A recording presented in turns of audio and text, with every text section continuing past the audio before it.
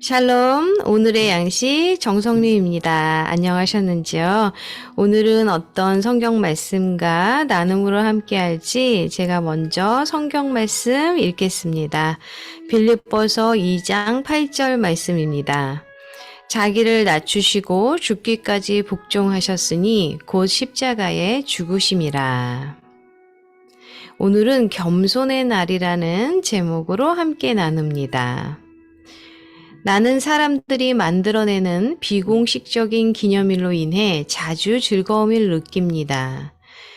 2월에만도 찐득한 빵의 날, 칼을 삼키는 자의 날, 심지어는 게 비스켓 감사의 날이 있습니다. 그리고 오늘은 겸손의 날로 지정되었습니다. 보편적인 미덕으로 인정되는 겸손은 확실히 기념할 만한 가치가 있지만 흥미롭게도 겸손이 언제나 그랬던 것은 아닙니다. 명예를 중시했던 고대 세대에서 겸손은 미덕이 아니라 약점으로 여겨졌습니다.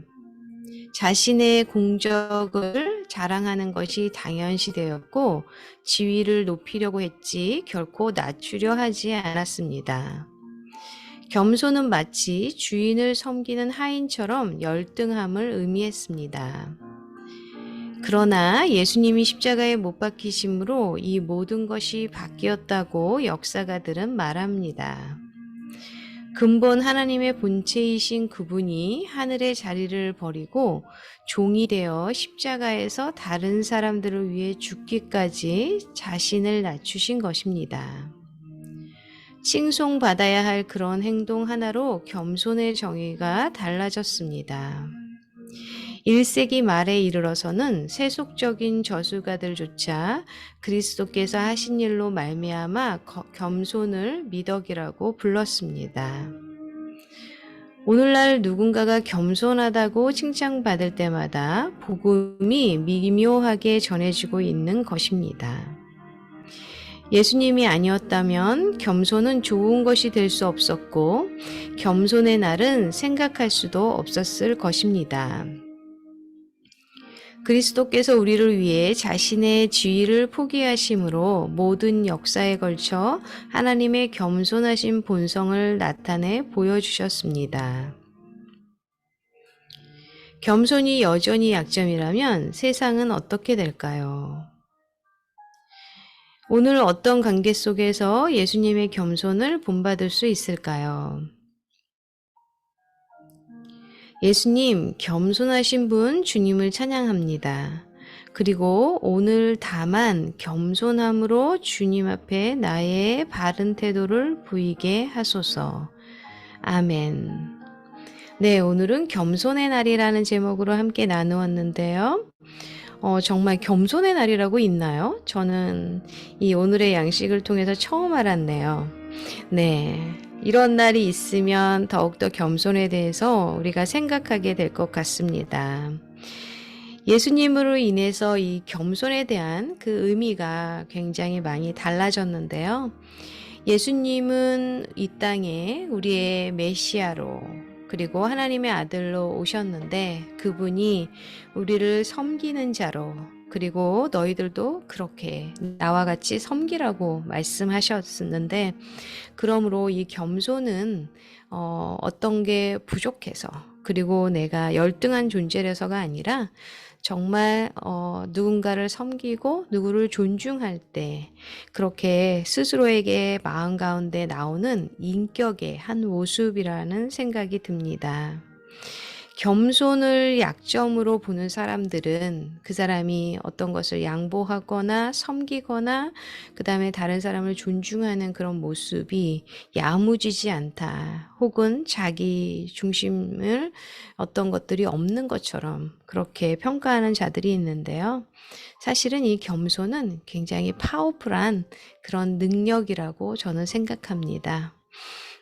저도 항상 겸손하려고 그런 말씀 가운데 그리고 주님의 그런 기도 가운데 그렇게 살려고 하지만 그렇지 못할 때가 많음을 고백하게 됩니다. 그럴 때는 제가 먼저인 것처럼, 그리고 저의 생각과 저를 인정받고 싶은 마음들, 그런 내가 두드러질 때 겸손하지 못하게 되는 것 같습니다. 우리가 누군가를 배려하는 것, 그리고 온유한 마음을 갖는 것, 그리고 누군가를 섬길 수 있는 것은 그 마음이 큰 자이고 포용력이 있는 자고, 누군가를 충분히 이해하고 공감할 수 있을 때 우리가 겸손한 자로, 겸손한 그런 삶으로 살아가게 될 줄 믿습니다. 그러한 겸손이 우리에게 있기를 기도하면서요, 함께 기도했으면 좋겠습니다. 잠시만요. 제가 준비한 PPT가 조금 있네요. 잠깐 까먹었네요. 겸손의 날 해가지고 제가 준비했는데, 여기에 보면 사울이죠. 사울이 사무엘이 오기 전에 제단에 자신이 마치 제사장인 것처럼 그렇게 제사를 지냈던 것들, 그리고 이것은 우시야 왕입니다. 우시야 왕도 그죠, 제사장 대신해서 본인이 어떤 제사를 지내려고 했을 때, 그럴 때 주님께서 우시아에게 그죠, 그 문둥병을 걸리게 했죠. 네. 그런데 이런 모습을 볼 때 제사장이 이야기를 했음에도 불구하고 두 사람의 케이스의 공통점은 돌이키지 않았다는 것, 그리고 다른 것을 핑계대고 겸손하지 않았죠. 그리고 교만했다라는 것.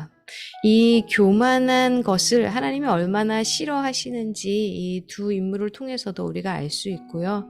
성경을 통해서 우리가 알 수 있는데, 그래서 더욱더 주님을 인정하고 주님을 우리가 더욱더 의존하고 맡겨드릴 때 겸손한 자가 될 줄 믿습니다.